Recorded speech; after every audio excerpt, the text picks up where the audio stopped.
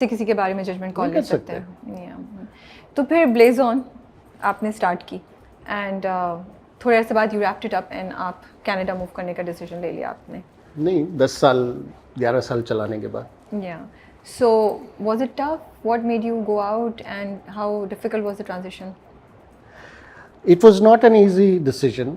और उसके लिए बहुत सी बातें भी हो रही थी जाहिर है जो आपको शायद बहुत अरसे तक भी फेस करनी पड़ी। हाँ, वो ऐसा ही है, लूट के ले गए, खा गए, ये कर दिया, वो कर दिया, सारी चीजें। If you're okay to talk about it, we can skip this also. Absolutely, we can talk about anything. There's nothing to hide. क्योंकि आप, सॉरी मैं आपको कट, आपकी एक स्टेटमेंट बहुत इंटरेस्टिंग थी। आपने कहा पाकिस्तान में हमें पता ही नहीं है कि बैंक्रप्सी को कैसे हैंडल करते हैं। We don't have the system and we don't have the awareness.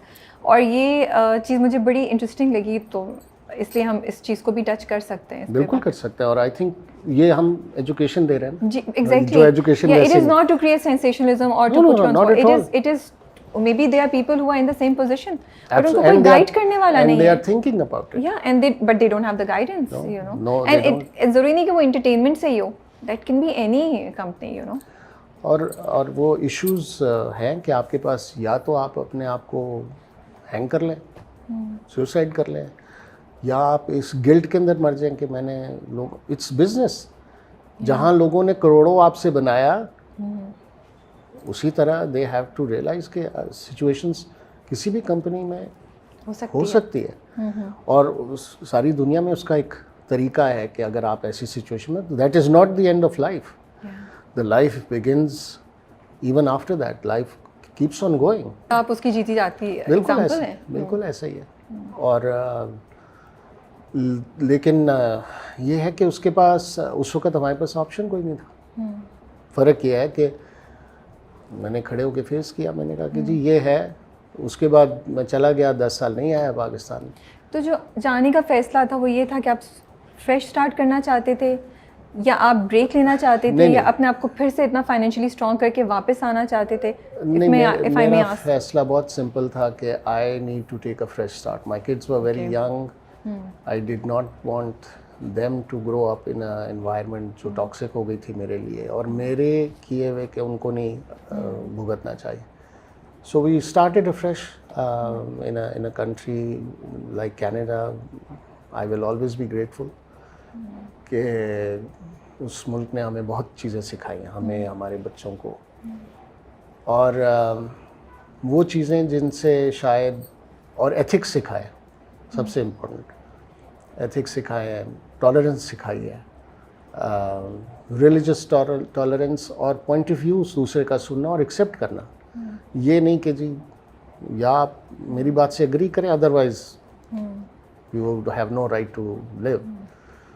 तो कनाडा के बहुत एडवांटेजेस और बहुत एहसानात हैं हम लोगों के ऊपर।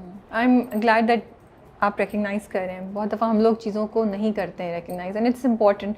जिसने जो कंट्री हो, माशरा हो, एक इंसान हो, कंपनी हो, उसकी जो कंट्रीब्यूशन है उसको मेंशन करना अच्छा होता है। हमारी पूरी फैमिली के ऊपर उसका स्टैम्प है। आज भी आप जब हमारी फैमिली से मिले आपको नज़र आता है। पहले शुरू में लोग मजाक उड़ाया करते थे, यार आप वो छोड़ें जी, आप कनेडियन हैं, आप तो आपको क्या पता। मुझे पता है, मैं पाकिस्तानी भी हूँ। पाकिस्तानी पहले हैं शायद। बिल्कुल ऐसे ही। लेकिन जो लोग इस वक्त इकोनॉमिकली या फाइनेंशियली या बिजनेस के पॉइंट ऑफ व्यू से कोई प्रॉब्लम फेस कर रहे हैं, मे बी आपकी ही तरह की सिचुएशन में हैं, जहां उनको कोई रास्ता नज़र नहीं आ रहा और डेड एंड देख रहे हैं, आप उन्हें क्या एडवाइस करना चाहेंगे? देखें, उसकी एडवाइस ये है कि आपको you have to take that step if it is necessary, कि आपको कोई रास्ता नहीं नज़र, तो आपको अल्लाह ताला ने ज़िंदगी दी भी है, और उसने कहा है कि अगर एक रास्ता बंद होता है तो दूसरे रास्ते भी खुलते हैं। तो this is not the end of the world. Go and talk to people, बात करें लोगों से। आपको बहुत दफ़ा बहुत तकलीफ दे जवाब मिलेंगे, मगर डिस्करेज नहीं हो। इवेंचुअली अल्लाह ताला कोई ना कोई रास्ता निकालता है, और जब रास्ता नहीं होता तो वो रास्ते बंद कर देता है, क्योंकि उसने आपके लिए कोई और रास्ता खोलना होता है। मेरे साथ तो हमेशा यही हुआ। लेकिन इतना कुछ सुनना अपने बारे में आसान था? कभी भी आसान नहीं होता। लेकिन अब तो सोशल मीडिया पे आम बात है ना, लोग एक दूसरे के बारे में ऐसे बातें करते हैं जैसे उनके घर में बैठे हुए। लेकिन उस वक्त ज़रा मुश्किल था। उस वक्त जो ज़्यादा परेशानी थी कि वो जब बातें आपके घर में आपके पेरेंट्स तक पहुंचती हैं तो वो फिर आपको तकलीफ़ देती हैं, but then that's the price you have to पे।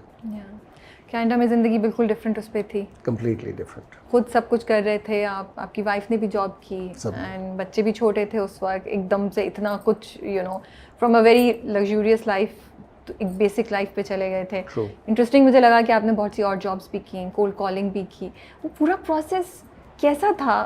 क्या कहते थे आप अपने आप से? कभी तो होता होगा यार क्या कर रहा हूँ मैं, you know there was a time, या और was it an escape from everything? तो एक्चुअली ग्रेटफुल थे आप?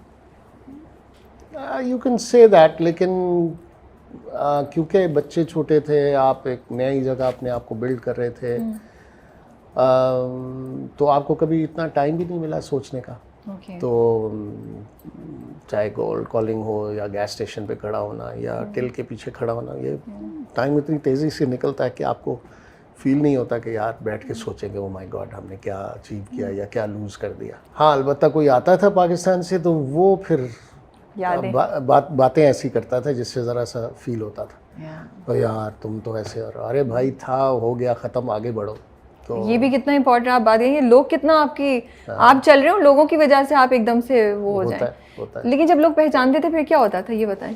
क्योंकि उस वक्त तो तन्हाइयाँ भी हो चुका होगा, तो बहुत सारे लोग तो यकीन भी नहीं, तन्हाइयाँ तो गुजरे, बहुत टाइम गुजर, लेकिन वो पहचान तो हाँ वो पहचान है। और उसके अलावा भी आपके प्रोजेक्ट माशाल्लाह से you were a known face, तो बड़े फैंस मिलते होंगे वहाँ पे। मिलते थे हम लोग। खैर जिस सिटी में थे वहाँ पाकिस्तानी इतने नहीं थे, तो वो कभी कभार ऐसी सिचुएशन होती थी और वो हैरान होकर देखते रहते थे, बस कभी तो आके पूछ लेते थे।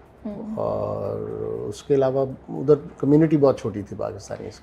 अच्छा, हम निकलते हैं तो कभी कभी हम चाहते हैं अपनी कम्युनिटी के आसपास ही रहें। आप टोरंटो से भाग के वहाँ पहुँचे जी, राइट, के मुझे कोई देसी नजर नहीं। नहीं देसी की बात नहीं थी। I didn't want to live in a big city. Okay.